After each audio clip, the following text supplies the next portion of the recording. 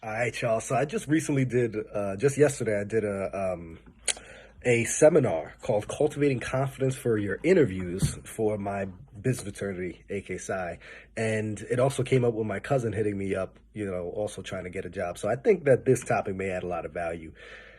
Building rapport. We work with people that we like. So if you're stepping into an interview, you obviously want the interviewer to like you, right? And how do you do that? You build rapport. But here's the thing that I want you to know about rapport. It isn't actually something that you build. It's not something that you manufacture, that you create. It's something that you allow.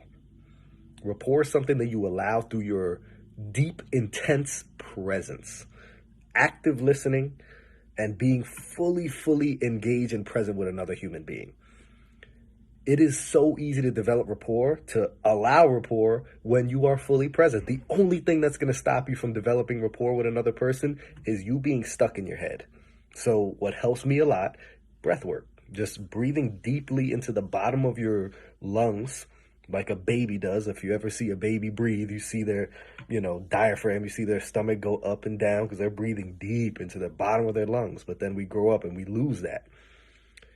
You find yourself stuck in your head, go back to your breath. Get fully present.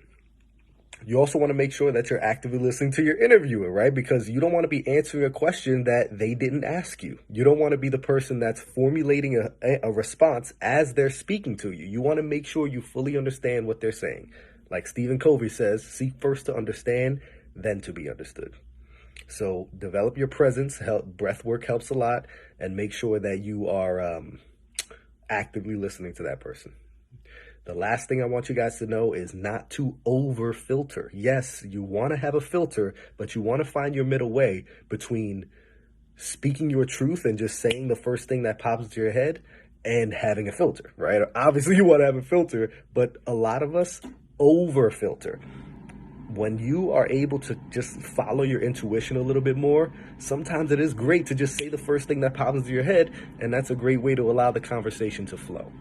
The last thing I want to share was a great question that one of the AK Psi brothers had. He said, what if you find that the interviewer is not really giving you anything? They're not really having any high energy or not really friendly at all. What if you step into like a hostile environment? And he used the word hostile. And that's where I had to challenge him there and say, listen, believe in the basic goodness of people. You don't know what they're going through throughout their day or their life. Your brain is a meaning-making machine. So if you step into a situation where you feel like their energy is a little off and they're not being super friendly, expect the best.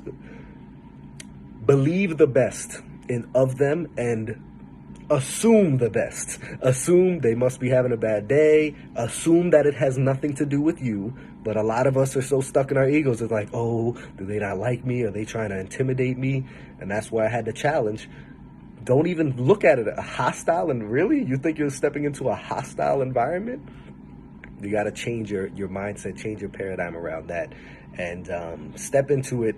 What I told him was to be just a little bit higher energy, right? Matching and mirroring is something that you want to do to build rapport, because we like interacting with people that are similar to us. So if I'm speaking to someone that's, they might have their shoulders down and they're not really speaking with their hands, I'm not going to be the, super energetic Rich that I am speaking with my hands. I'm going to be a little bit more reserved. I'm going to match their energy a little bit more.